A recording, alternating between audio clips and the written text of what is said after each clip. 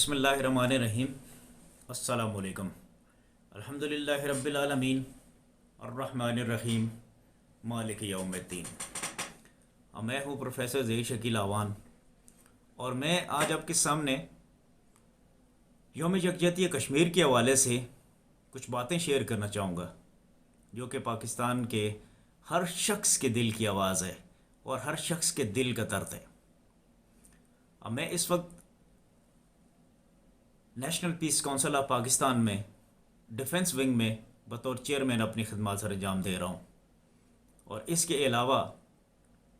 Human rights youth organization میں بطور central vice chairman اپنی خدمات سر انجام دے رہا ہوں۔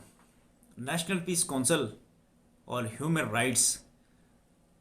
کا جو بنیادی مقصد یہی ہے کہ دنیا بھر میں کہیں بھی امن کے حوالے سے کوششیں کرنا، اور جہاں کہیں بھی انسانی حقوق کے خلاف ورزیاں ہو رہی ہوں ان کے حوالے سے کوشش کرنا، اور انسانی حقوق کی پامالی کے حوالے سے دنیا بھر میں بڑے بڑے پلیٹ فارم پر جا کر اپنی آواز کو بلند کرنا اور انسانی حقوق کے حوالے سے جدوجہد کرنا۔ ہمارے جو national peace council of Pakistan کے چیئرمین ہیں وہ ہیں چودھری غلام مصطفیٰ انصاری صاحب، اور ہمارے ہیومن رائٹس آرگنائزیشن کے مرکزی صدر جناب تنویر قائم خانی صاحب ہیں۔ میں آپ دونوں حضرات کا تہ دل سے مشکور ہوں کہ آپ نے مجھے اپنی آرگنائزیشن میں کام کرنے کا موقع دیا اور مجھے اتنے بڑے پلیٹ فارم کا حصہ بننے کے لیے مجھے انہوں نے منتخب کیا اور مجھے موقع دیا کہ میں بھی اپنی صلاحیتوں کو بروئے کار لاتے ہوئے انسانیت کی خدمت کر سکوں۔ آپ حضرات کا میں تہ دل سے شکر گزار ہوں۔ اب میں آتا ہوں اپنے موضوع کی طرف۔ ہے آگ بلا کیا شے ہے، اب موت سے لڑنا ہے، اس دور کی عظمت کو یہ پیغام دینا ہے، اپنا ہے ازل سے جو کیسے تمہارا ہے، کشمیر ہمارا ہے، کشمیر ہمارا ہے۔ میں آج آپ سب سے ایسے دردناک موضوع پر بات کروں گا جس کا درد آپ سب کے دلوں میں ازل سے ہے۔ کشمیر پاکستان کی شہرگ ہے۔ ایسے میں یہ جو میں نے آپ کے سامنے ایک بات کی کہ کشمیر پاکستان کی شہرگ ہے، تو اس سے میں موضوع کہوں یا اس ملک میں بسنے والے ہر افراد کی آواز کہوں، تڑپتی سسکتی ماں کی چیخ و پکار کہوں، یا اپنے سامنے بہنوں کی عزت تار تار دیکھتے ہوئے بے بس بھائی کی آواز کہوں، اس معصوم بیٹے کی عزاداری کہوں جس کے سامنے بھارتی فوجیوں نے بھارتی درندوں نے اس کی ماں کو نوچ لیا، یا اس ضعیف باپ کی تڑپ کہوں جس کے سامنے اس کے جگر کے ٹکڑے ٹکڑے کر دیے گئے۔ ایک آہ اٹھی اور کہکوں میں دفن ہو گئی، میری آج کی بات اس آہ کے نام، ایک آنسو چشم نم سے ٹپکا اور زمیں بوس ہو گیا، میری آج کی کاوش اس آنسو کے نام، میری آج کی گفتگو تڑپتی انسانیت کی ان سسکیوں کے نام جو کشمیر کے دریچوں میں گونجتی ہیں، میرا آج کا جوش و ولولہ ان ماؤں کے نام جن کے جگر پاک ہوئے۔ میری باتوں کو تقریر ہرگز مت سمجھیے گا، کیونکہ میں آج آپ کے سامنے ہر پاکستانی کا درد بیان کر رہا ہوں۔ میری نظر جب بھی ہنستے مسکراتے چہروں پر پڑتی ہے تو وہ کشمیری طالب علم یاد آتے ہیں جو روز اپنی کتابوں اور بستے کو اس امید سے دیکھتے ہیں کہ شاید وہ بھی کل سکول جا پائیں۔ میرا بھائی جب بھی مجھے پیار سے بلاتا ہے تو مجھے وہ کشمیری بھائی یاد آتا ہے جس کا سینہ بھارتی درندوں نے چاک کر دیا۔ ہر خوشی ہر غمی کے موقع پر مجھے کشمیریوں کا دکھ درد یاد رہتا ہے۔ ہاتھ میں پتھر لیے شہزادیاں کشمیر کی، ہاتھ میں پتھر لیے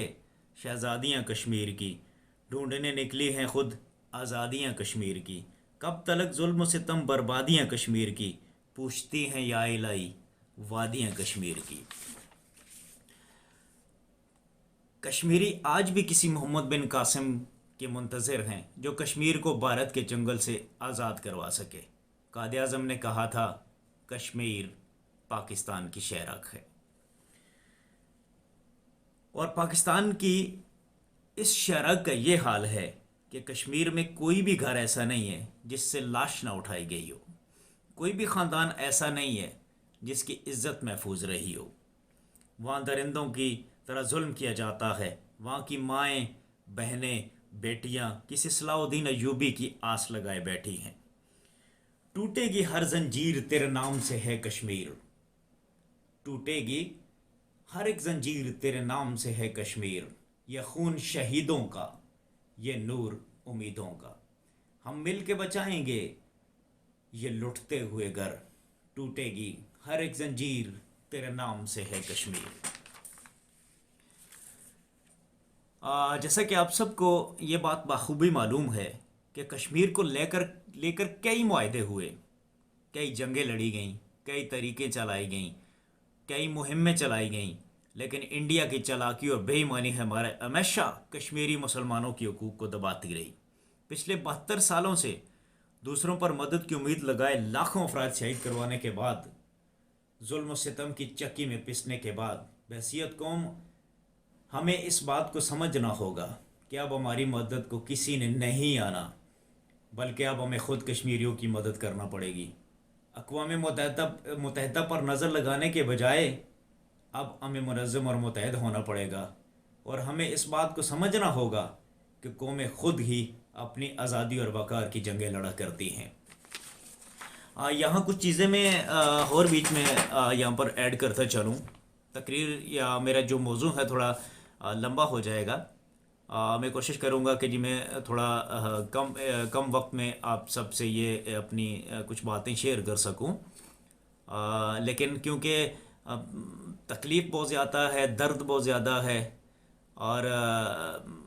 اس جو پچھلے 72 سالوں کا ایک درد ہے وہ بہت زیادہ ہے، تو شاید اس لیے تھوڑا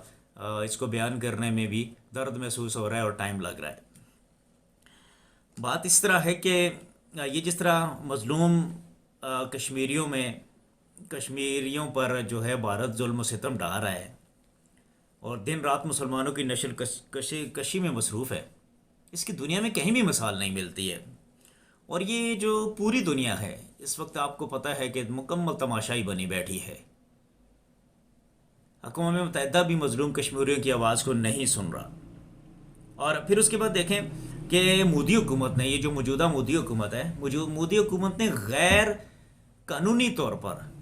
اس کو غیر قانونی اقدامات کرتے ہوئے مقبوضہ کشمیر کو براہ راست نئی دہلی کے کنٹرول میں کیا ہوا ہے۔ اور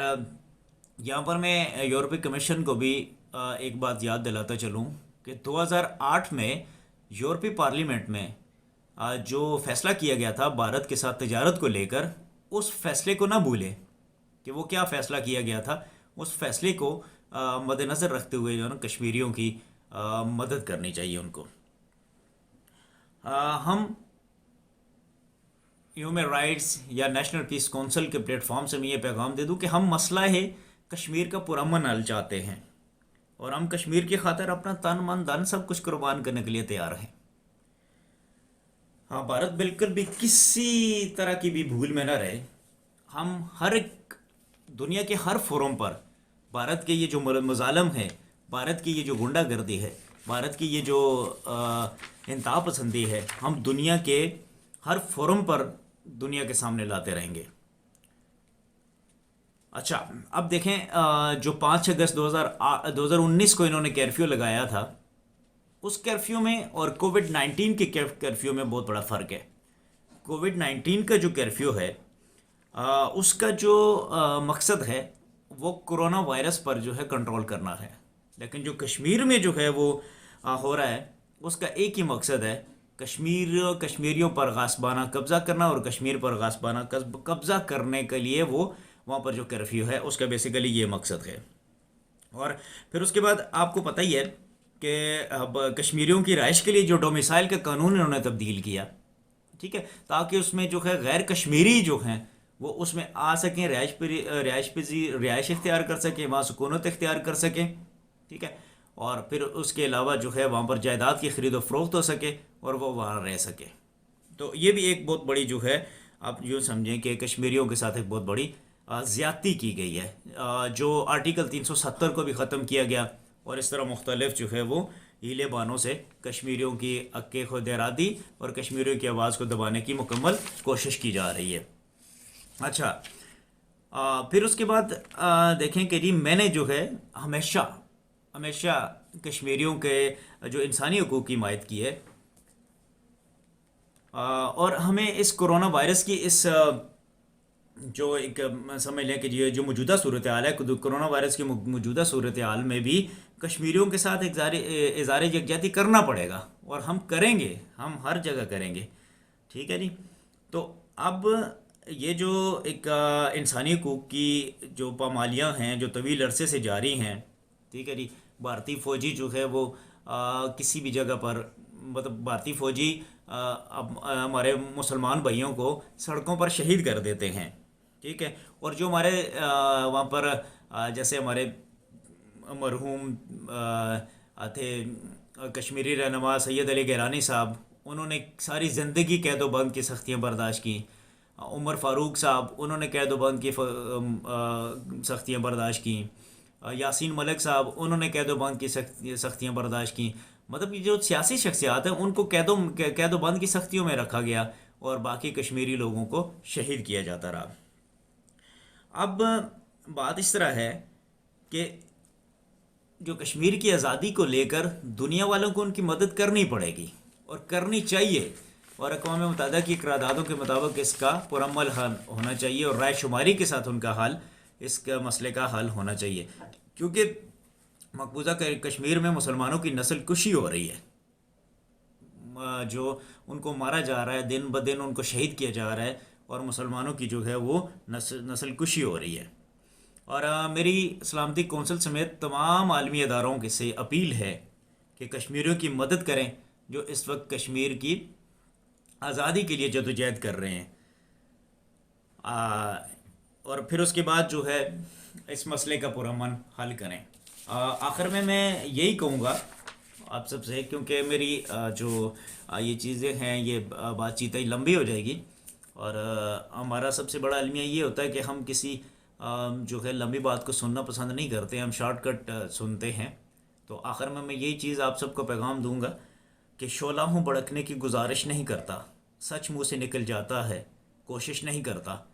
گرتی ہوئی دیواروں کا ہمدرد ہوں لیکن گرتی ہوئی دیواروں کا ہمدرد ہوں لیکن چڑھتے ہوئے سورج کی پرستش نہیں کرتا۔ جزاک اللہ۔ اللہ رب العالمین ہم سب کا حامی و ناصر ہو، اور اللہ تعالی ہمارے مظلوم کشمیری بھائیوں کی مدد فرمائے، اور اللہ تعالی ہمیں اتنا ہمت عطا فرمائے اور اتنا جذبہ ایمانی عطا فرمائے کہ ہم اپنے مظلوم کشمیری بھائیوں کو ان مظالم بھارتی مظالم کے چنگل سے آزاد کروا سکیں، اور کشمیری بھی آزادی کی فضاؤں میں سانس لیں۔ اللہ پاک ہم سب کا حامی و ناصر ہو۔ جزاک اللہ۔